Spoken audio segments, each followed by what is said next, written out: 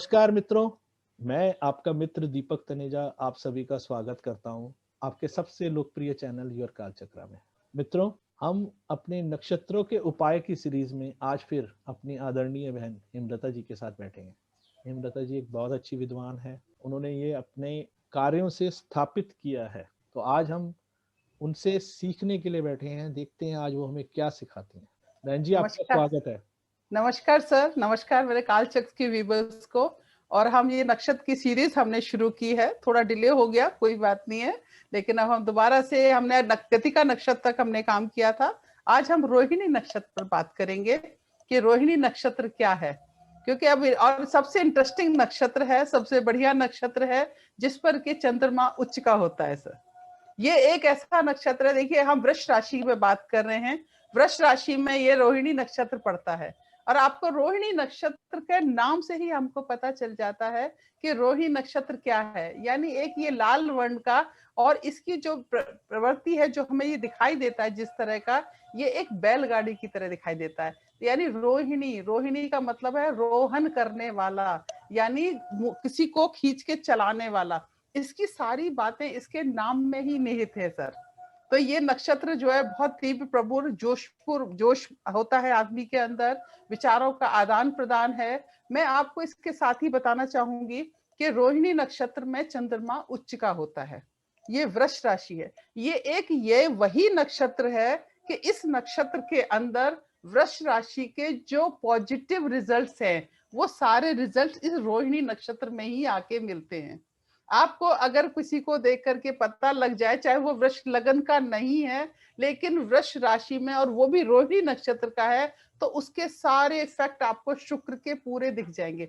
पहली बात, बहुत सुंदर होते हैं, बड़े मनमोहक होते हैं, इनकी वाणी बहुत अच्छी होती है और दूसरों को जीतने की कला इनके अंदर बहुत ज्यादा होती है। इन नक्षत्र के आपको रोहिणी नक्षत्र सुनते ही हमें सबसे पहला नाम याद आता है हमारे कृष्ण भगवान का। कृष्ण का रोहिणी नक्षत्र था, आप उनके रूप को देख लीजिए, कितनी मनमोहक छवि है। उसको जिस आदमी ने देखा, उनके अंदर उसी पर ही वो मोहित हो जाता है, यानी वो उसके अंदर बस जाती है। इसी तरह से रोहिणी नक्षत्र के लोग भी अट्रैक्ट करने की क्षमता होती है दूसरे को।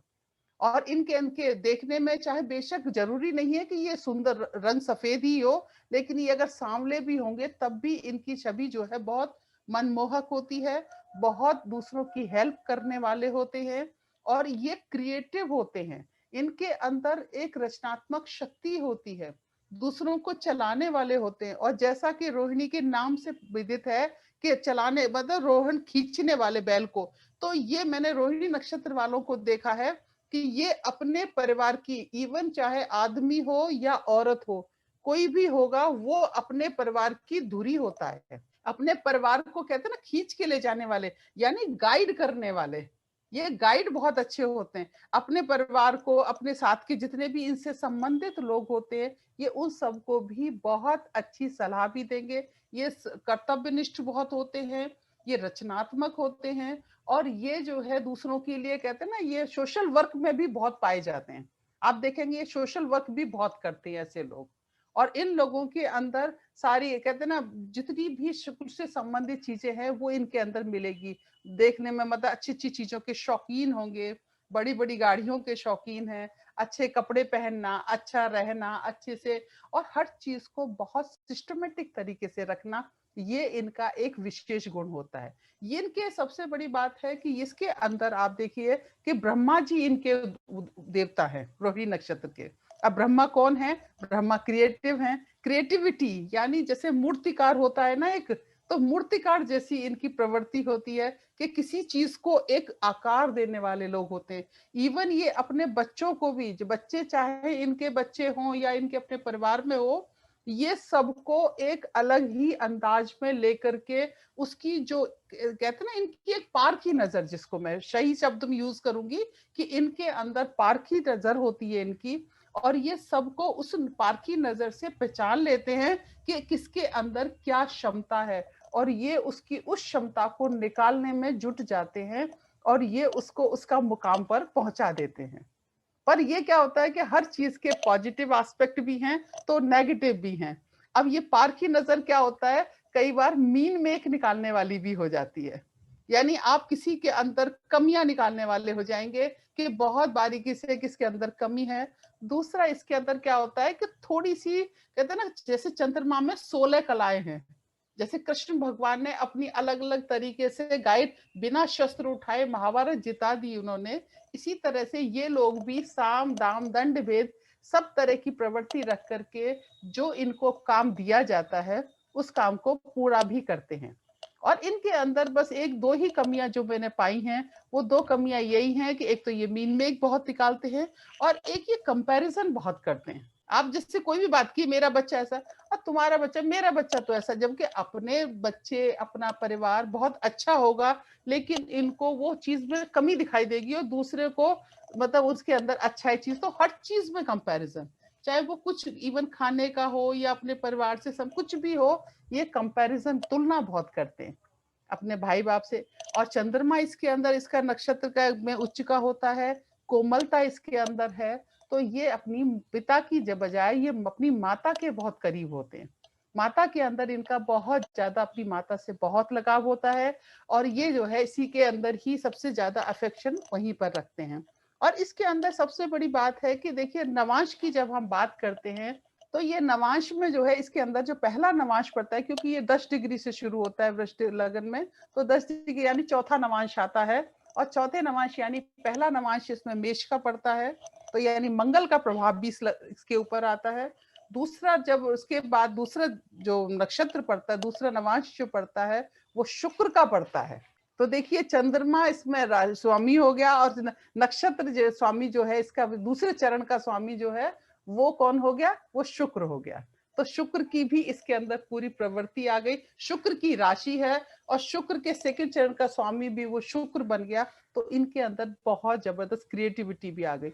और इसके बाद तीसरा चरण जो पड़ता है वो बुध का पड़ता है, मिथुन राशि, तो यानी इंटेलिजेंसी भी बहुत जबरदस्त होती है, व्यापारी के गुण इनके अंदर बहुत होते हैं, बहुत जबरदस्त। क्योंकि अब जब रोहण करने वाली बात हम कर रहे हैं कि जी रथ को खींच रहा है, तो रथ को खींचने का मतलब है ये कमर्शियल चीजों के शौकीन, कमर्शियल काम को करने का इनके अंदर प्रवृत्ति बहुत ज्यादा होती है। तो बुध के गुण भी कई बार रोहिणी नक्षत्र वालों में बहुत ज्यादा देखे गए हैं।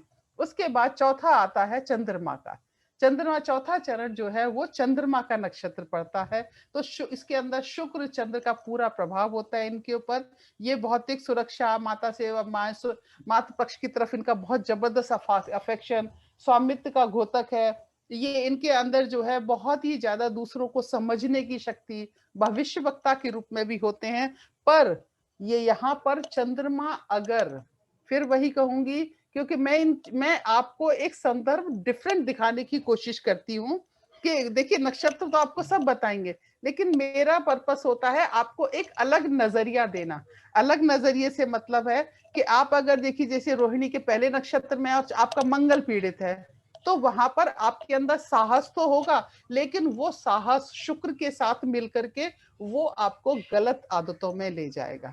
आपका जैसे चौथे चरण की ही जब मैं बात कर रही हूँ, चंद्रमा है, तो चंद्रमा के साथ होने से कई बार, और शुक्र का संबंध, चंद्र शुक्र का संबंध जरूरत से ज्यादा इमोशनल हो गया और बहुत ज्यादा कल्पनाएं, इमेजिनेशंस हो जाती हैं, और कई बार ये हमारे भटकाव का कारण भी बन जाता है।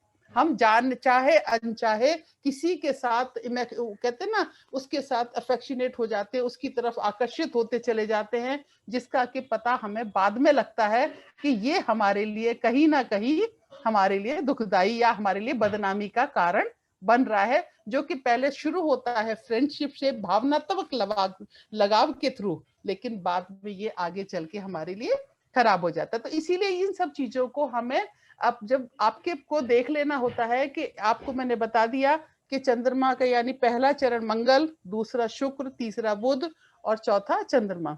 अगर आपकी कुंडली में ये चारों ही अच्छे बैठे हैं और चंद्रमा तो उच्च के वैसे ही हैं, तो आप बहुत अच्छे क्रिएटिविटी वाले, बहुत अच्छी रचनात्मक, बहुत अच्छी कलाओं वाले आपके अंदर जो स्पेशलिटी है। देखिए चंद्रमा को बहुत ज्यादा शिव ने अपने सिर पर धारण किया, और रोहिणी नक्षत्र आपको कृष्ण भगवान की तरह जैसे उनके अंदर कितनी क्षमताएं थी, तो ये एक बहुत अद्भुत क्षमता के स्वामी भी होते हैं ये लोग।